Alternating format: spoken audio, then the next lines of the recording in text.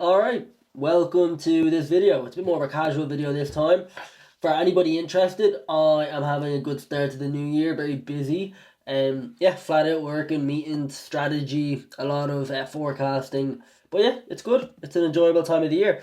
I wanted to make this video very different to my normal videos because, put this microphone here. Yeah, I just think this is literally the only graph that people should really care about in e-commerce. So I'm gonna pull it up on my computer. Um, I'll share it up on the screen now in a minute.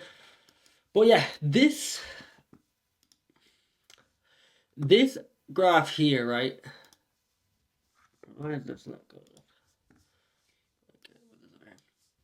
So this graph here is super important, right? Because this is the okay. So first off, a lot of the companies that we work with, not all of them, but a lot of the companies that we work with will have really strong purchase frequencies, LTV purchase frequency. So every year they know that like if they're cosmetics, if they're health and wellness, if they're beauty, if they're apparel, if they're toys, if there's supplements, they will know that if the average customer, let's say, comes to them twice a year or 3 times a year.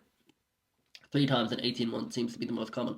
But they know that they have a strong purchase frequency and they know that the customer loves the product, they get it on time, they're happy with it, they're happy with customer service if they ever have to deal with it, they like the feeling they get when they get the product, they like the brand or whatever it is about the product that makes them feel something and makes them feel part of their identity, they love it. So that box is ticked. But on this graph you'll see, right, that the new orders and the returning orders is directly correlated because whenever you have so let's say you have this strong base of new orders coming in, once you know that those 2 or 3 additional purchases are coming in over time, that's just going to have a huge impact on the back of the business overall because your new customers are consistently coming in and your current customers are really happy, so that means that they're consistently purchasing, so that means that on a consistent basis your revenue is increasing. So what does this graph actually tell us? Well, I think that this graph tells us that one of the most important metrics to focus on is this blue barrier here. Because I actually see it quite frequently too, when a business has been around maybe 8, 9, 10 years and they have really strong revenue numbers, but they're not necessarily growing. And that's because their repeat customers are just so loyal and they love the brand and they love the product.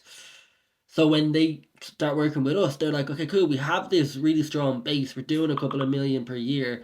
But what we need to do is we need to start dialing in this new customer acquisition strategy.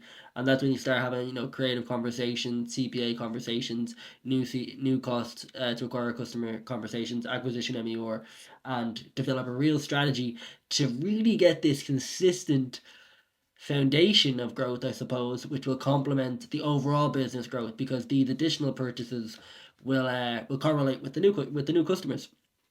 So yeah, I feel like this is by far probably the most important graph or the most important ideology to get your head around because without consistent stream of new customers, the business will not grow.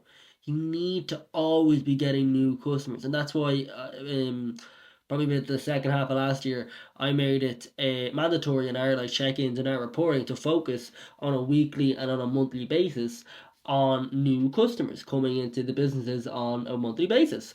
And yeah, we're able to compare that to our forecast and compare that to our plans, and yeah, it allows us to hit our goals, or at least allows us to understand when we're not hitting our goals and reflect on the strategy that we're using.